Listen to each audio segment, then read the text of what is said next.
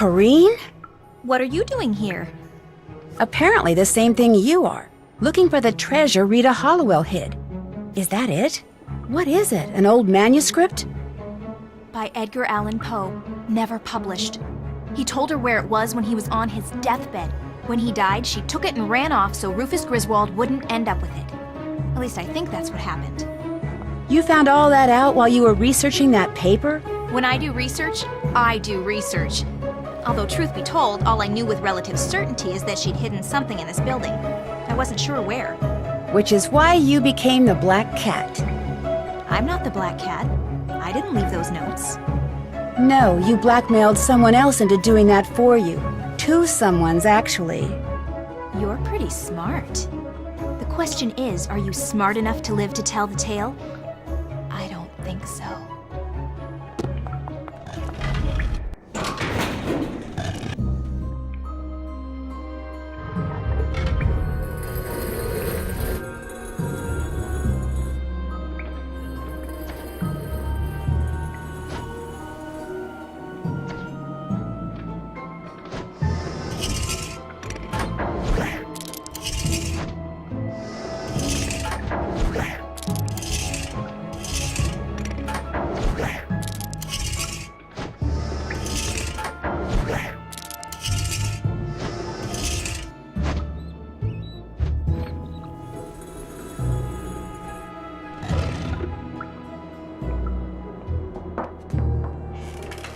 No, forget it. You're not going anywhere till you tell me what the heck is going on. Come on, Mel. It's too long a story. I need to go. You just entered my room through the wall. I want an explanation.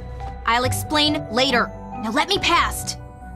Stay right there, Mel. You too? What is this? Well, for Corrine, it's over.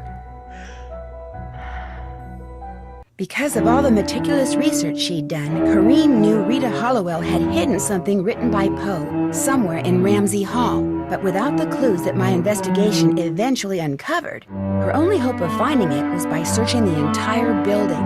And she couldn't do that unless most, if not all of its occupants spent midterm break elsewhere, leaving their rooms unoccupied. So, she resurrected an old Waverly legend and attempted to frighten her classmates away with notes from the Black Cat, followed by well-timed accidents. And, having stumbled upon Rachel and Kim's secret months before, she blackmailed them into writing and delivering the notes for her so that if anything went wrong, they would take the blame. But thanks to me and to Mel, who wouldn't even let me out of her room until I told her everything, Corrine got the blame and was promptly expelled. Which is kind of too bad. She would no doubt have graduated at the top of her class if her greed, guile, and subconscious desire to retaliate against her classmates hadn't gotten the best of her. But some good did result from all this.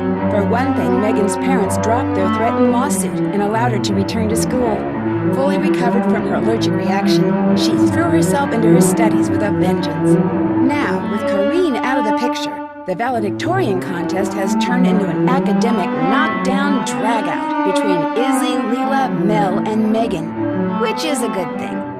Not pretty, but good. Anyway, as for Rachel and Kim, Corrine made sure they got expelled too. But when some of Waverly's more influential alumni heard what had happened, they insisted the twins be unexpelled and even pay their tuition and board for the rest of the year.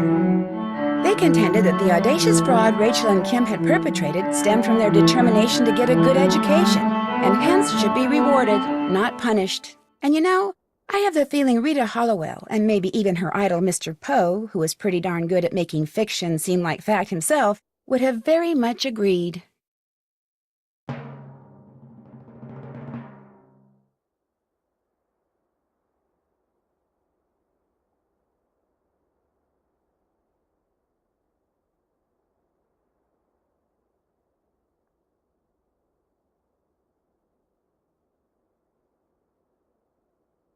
I don't know about you, but tornadoes have always fascinated me.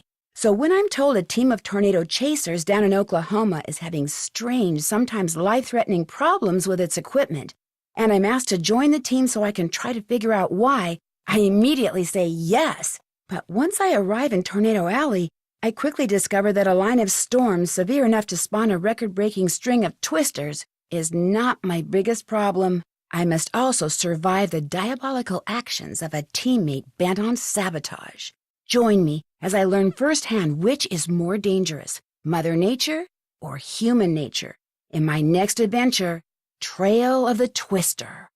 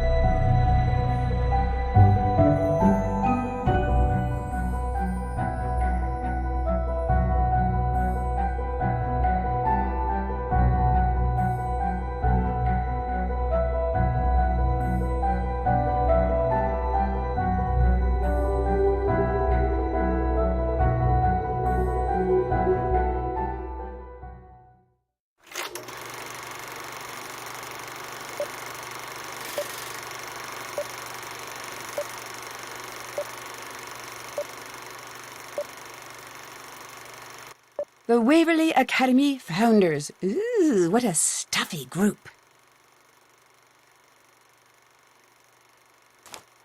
Hey! The Black Cat strikes again. We all tried, but none of us were ever able to snatch the pebble from her hand. Now, should I put this in the oops pile or the I'm so very sorry pile? Ah, the elusive eyes closed, blurry snapshot. Many photographers spend years perfecting this technique, but to some of us it just comes naturally. The setting on my flash might be just a little too strong. I must have been going through an abstract phase at the time. Play us off, graduation cat.